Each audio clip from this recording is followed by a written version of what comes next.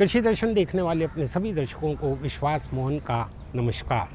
सावन के महीने की एक और भीगी भीगी सुबह, दिल में नया जोश, नया उत्साह, नई उमंग, कुछ नया करने की चाह, सामने एक नई राह, प्रगति के मार्ग पर बढ़ते कदम और एक बार फिर आमने सामने आप और हम।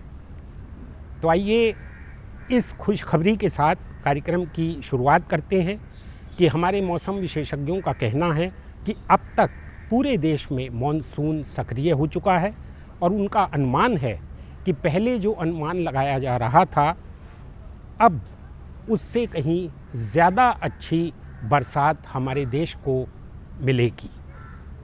तो आइए अब कार्यक्रम की शुरुआत करते हैं और सबसे पहले देखते हैं खबरें खेती की।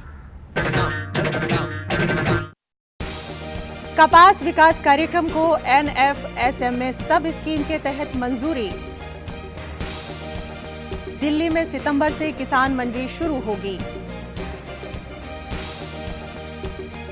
फलों व सब्जियों की बर्बादी को रोकने के लिए नई योजना शुरू और किसानों को एक साल में 115 करोड़ SMS भेजे गए।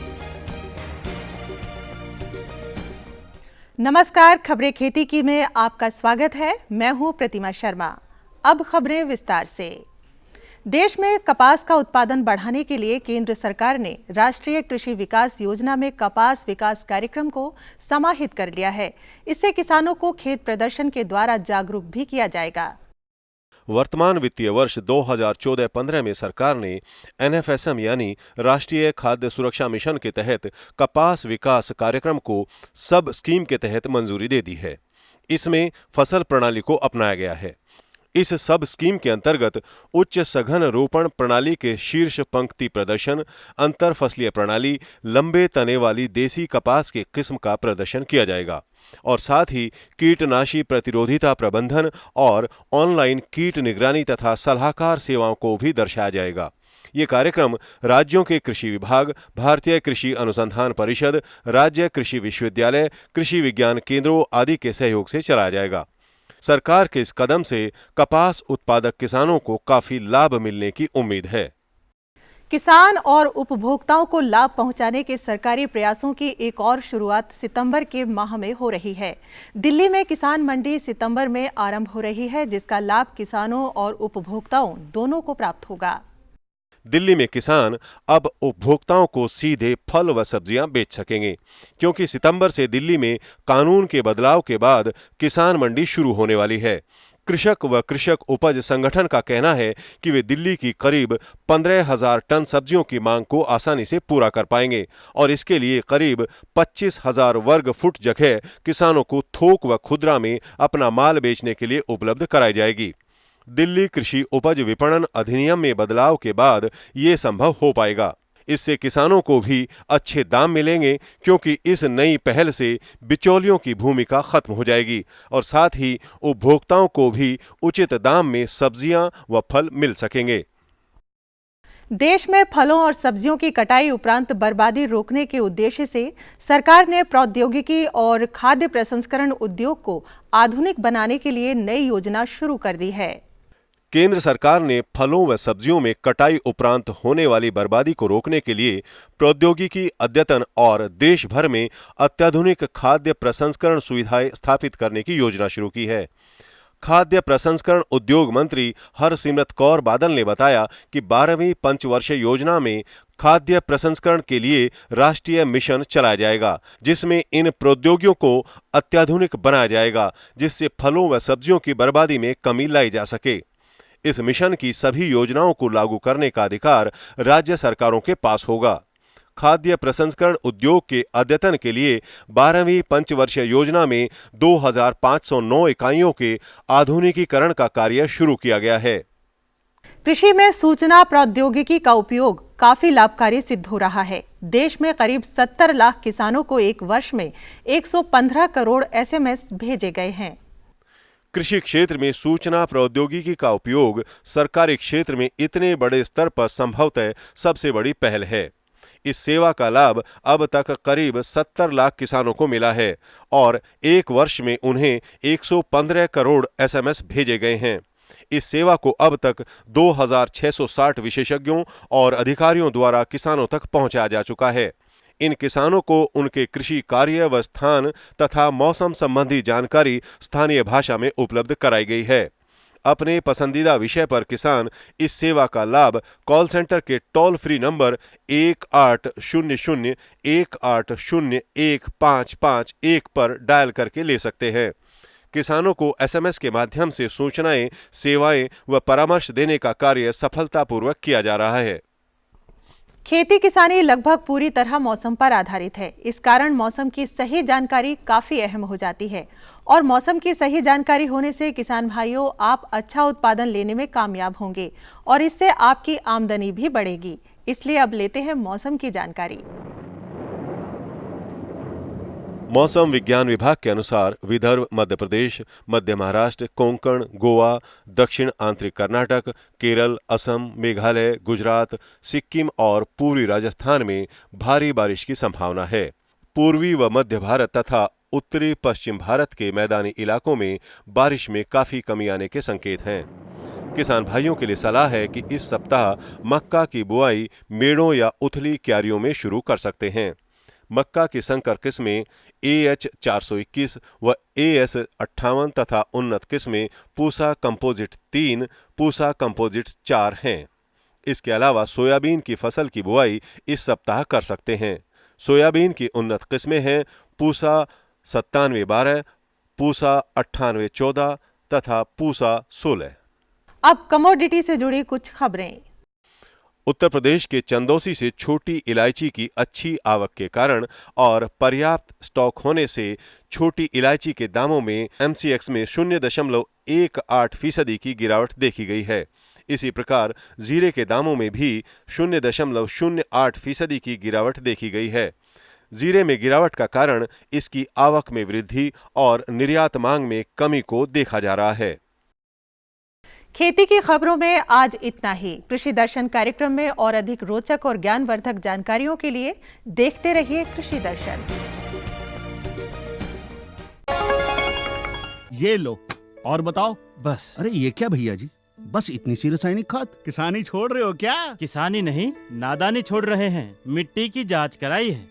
अब तो लालाजी जितनी जरूरत है उतने ही उर्वरक खेत में डालेंगे। हाँ, किसान भाई आज ही अपने जिले की नजदीकी भूमि परीक्षण प्रयोगशाला में मिट्टी की जांच जरूर करवाएं और मिट्टी में पोषक तत्व, नमी व पौधे के विकास को देखते हुए केवल जरूरत के अनुसार ही पोषक तत्व डालें। और हाँ, मिट्टी में गंधक, जस्ता, बोरोन जैसे सूक्ष्म पोषक तत्वों का पता लगाना भी न भूलें।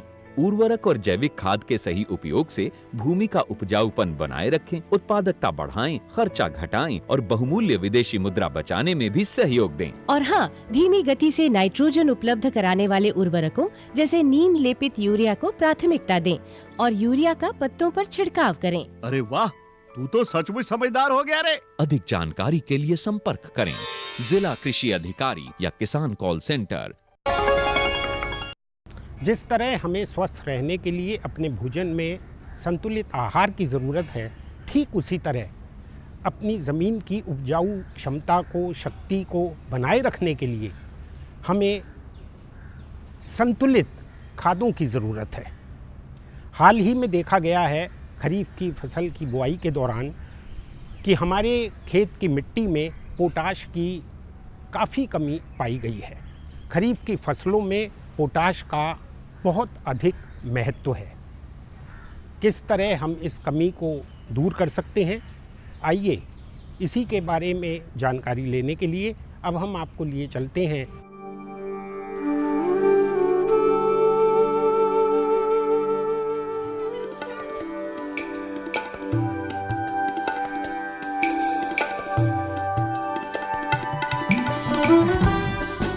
हर किसान का सपना होता है हरे भरे खेत और खुशहाली।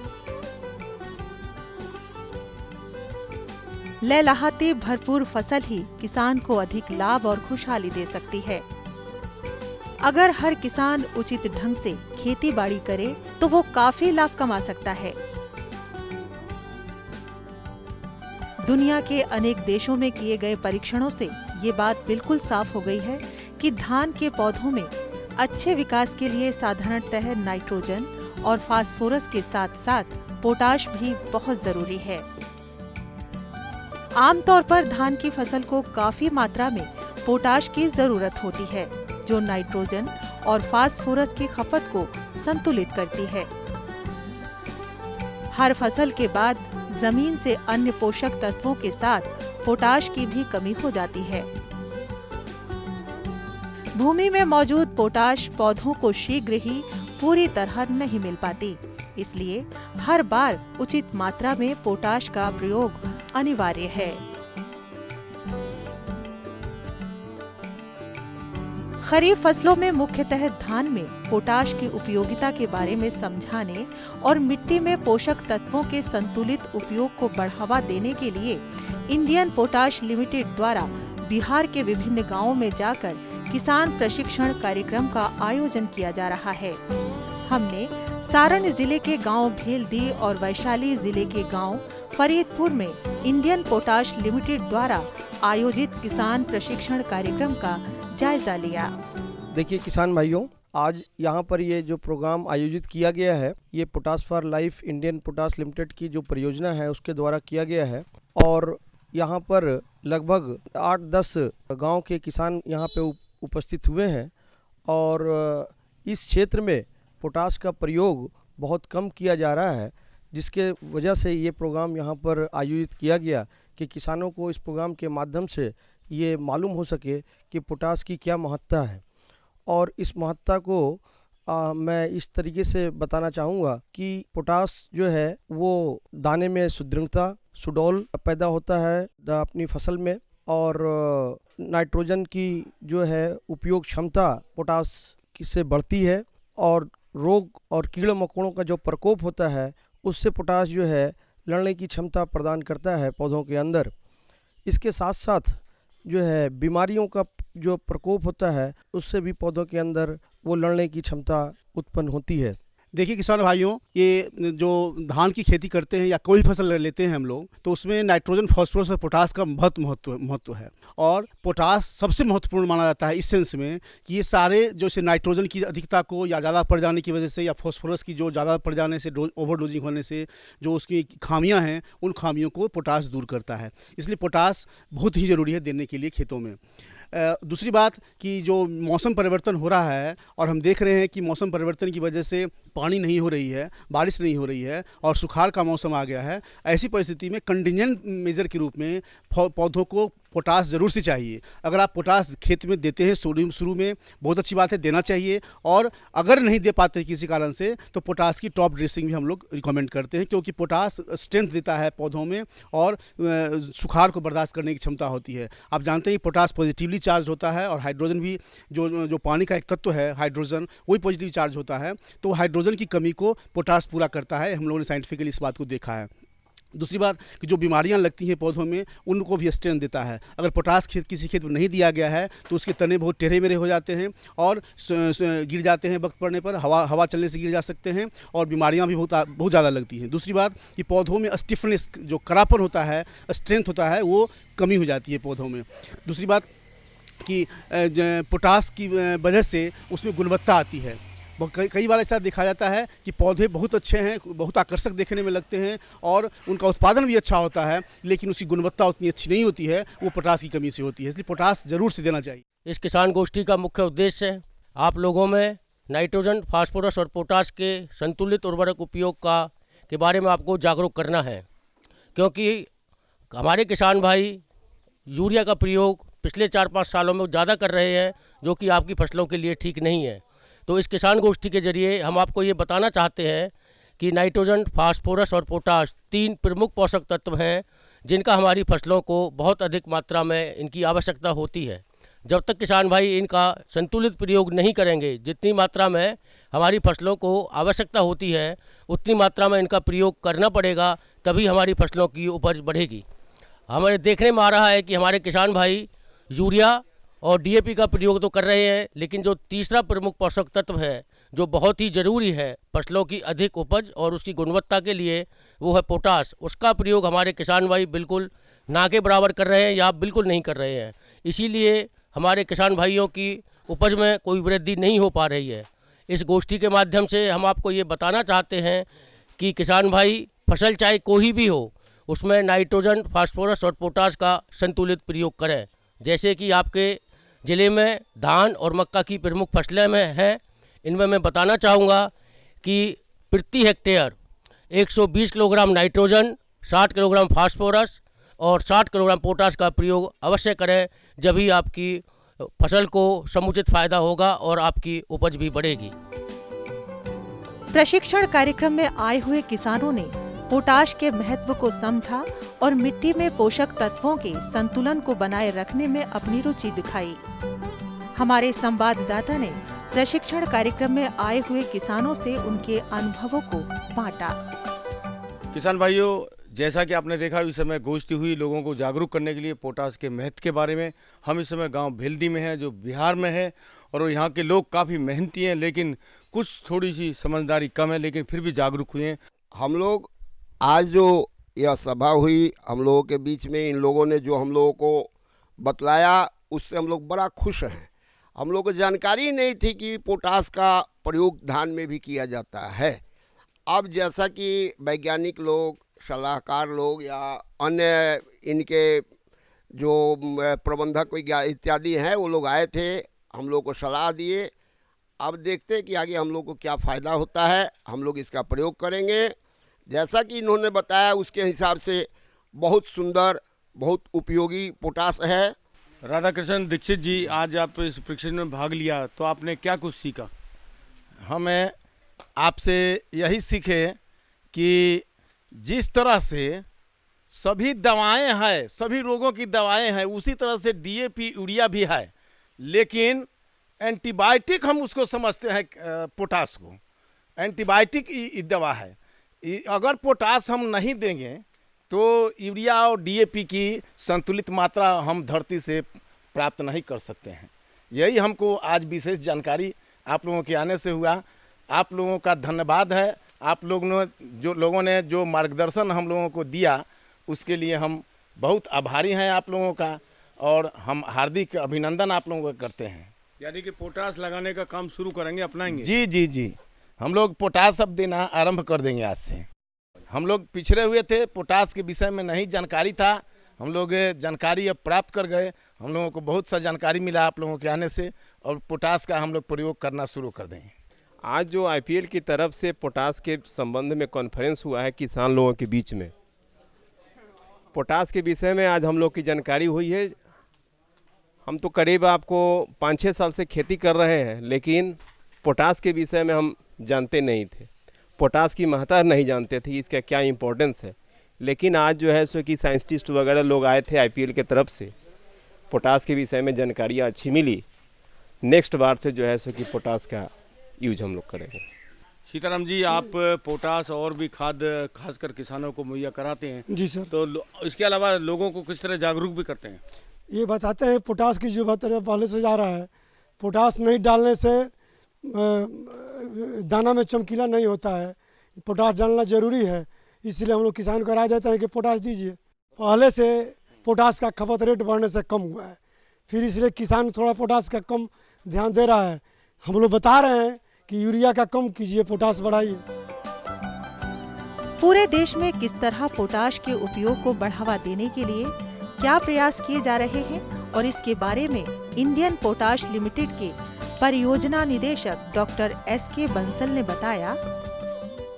ये परियोजना 9 राज्यों में हमने शुरू की है, जिसमें जम्मू कश्मीर, उत्तर प्रदेश, बिहार, वेस्ट बंगाल, मध्य प्रदेश, छत्तीसगढ़, महाराष्ट्र, कर्नाटक और आंध्र प्रदेश हैं। इस परियोजना का मुख्य उद्देश्य है कि किसानों को जानकारी दी जाए कि संतुलित उर्वरकता के क्या फ़ायदे हैं, और अगर असंतुलित तरीके से हम लोग ज़्यादातर जो किसान भाई उर्वरक का उपयोग करते हैं, उससे होने वाले क्या नुकसान हैं। हम लोगों ने इसके तहत सभी राज्यों में बहुत सारी डेमोन्स्ट्रेशन लगाई हैं, फसल प्रक्षेत्र, और उसके ऊपर किसान गोष्ठियाँ करते हैं हम लोग, और साथ में किसानों का परीक्षण कार्यक्रम भी चलाते हैं, ताकि किसानों को जो बताया जा सके कि भाई जो असंतुलित तरीके से आप लोग उर्वरकों का प्रयोग करते हैं, जैसे बहुत सारे किसान भाई नाइट्रोजन जैसे जो कि यूरिया से मिलती है उसका अधिक उपयोग करते हैं और उसके होने वाली हानियाँ क्या होती हैं। अगर हम उसको संतुलित तरीके से जो फास्फोरस की ज़रूरत है उसके इस्तेमाल करें, जितना पोटाश की ज़रूरत है उसका इस्तेमाल करें, जहाँ जो सूक्ष्म तत्व हैं जैसे जिंक या बोरोन उनका भी इस्तेमाल करें, तो उससे होने वाले संतुलित तरीके से खादों के उपयोग से होने वाले फ़ायदों को हम लोग किसानों तक पहुँचाते हैं और उनको जो बताते हैं कि आप लोग इससे ज़्यादा से ज़्यादा फ़ायदा उठा सकते हैं। इससे एक तो आपकी मृदा का स्वास्थ्य है वो बना रहता है, उसकी उर्वरकता पूरी तरह कायम रहती है और आपको मुनाफा भी ज़्यादा मिलता है, क्योंकि बहुत बार हम लोग एक ही उर्वरक का इस्तेमाल करते हैं और उससे हमें फसल ज़्यादा अच्छी नहीं मिलती, बीमारियां लगती हैं, कीड़े मकोड़े ज़्यादा आ जाते हैं और उसकी पैदावार भी कम होती है और होने वाला लाभ भी कम हो जाता है। और सबसे बड़ी बात है कि फसल की गुणवत्ता जो है वो ज़्यादा अच्छी नहीं होती। इस प्रोजेक्ट के तहत हम लोग यही किसानों तक संदेश पहुंचाना चाहते हैं और उनको परीक्षण भी देते हैं, ताकि जो भी मिट्टी को में किसी चीज़ की कमी है उसका इस्तेमाल करें और जो फसल को जितनी पैदावार है उसके हिसाब से जो अपना फसलों का इस्तेमाल करें और ज़्यादा से ज़्यादा फ़ायदा उठा सकें। संतुलित उर्वरकता में पोटाश का खासकर महत्व है, क्योंकि पोटाश सब्जियों और फलों में की गुणवत्ता को सुधारने के लिए बहुत ही उपयोगी होता है और पोटाश को तो जाना ही जाता है कि ये एक क्वालिटी इम्प्रूवमेंट वाला जो गुणवत्ता को सुधारता है वो एक तत्व है। तो जो विदेशों में या दूसरे राज्यों में हम लोग अपनी सब्जियां या फल वगैरह भेजते हैं तो उनको दो चीज़ों का सामना करना पड़ता है। एक तो उनकी गुणवत्ता अच्छी होनी चाहिए और दूसरा जो जब ट्रांसपोर्ट होता है उनका एक जगह से दूसरे जगह पे जाती हैं तो उसमें होने वाले नुकसान हैं वो कम से कम हों।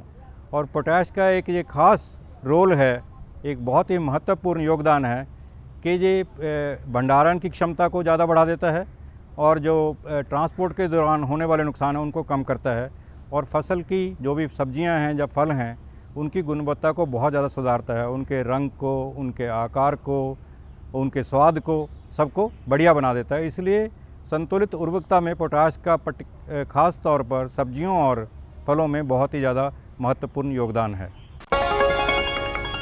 खुशबू की फुहार में, स्वाद की बहार में, तरक्की की तानों में, खिलती मुस्कानों में, हरे भरे पौधों में, बड़े बड़े सौदों में, मधुर भिनभिनाहट में, खुशियों की आहट में। NHM बागवानी मिशन,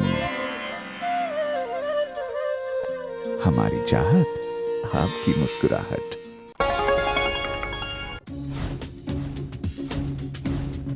जुड़िए हमारे साथ ट्विटर पर twitter.com/कृषिदर्शन.dd, फेसबुक पर facebook.com/कृषिदर्शन.dd और देखिए कृषि दर्शन अब YouTube पर भी youtube.com/user/कृषिदर्शन.dd। भेजे हमें मेल कृषिदर्शन.dd@gmail.com पर। आपको हमारा कार्यक्रम कृषि दर्शन कैसा लगा?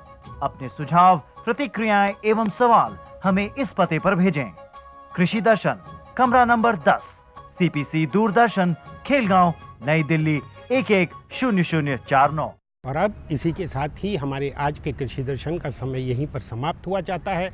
हम अपने दर्शकों से आज्ञा चाहेंगे, मिलेंगे अगली बार, तब तक के लिए नमस्कार।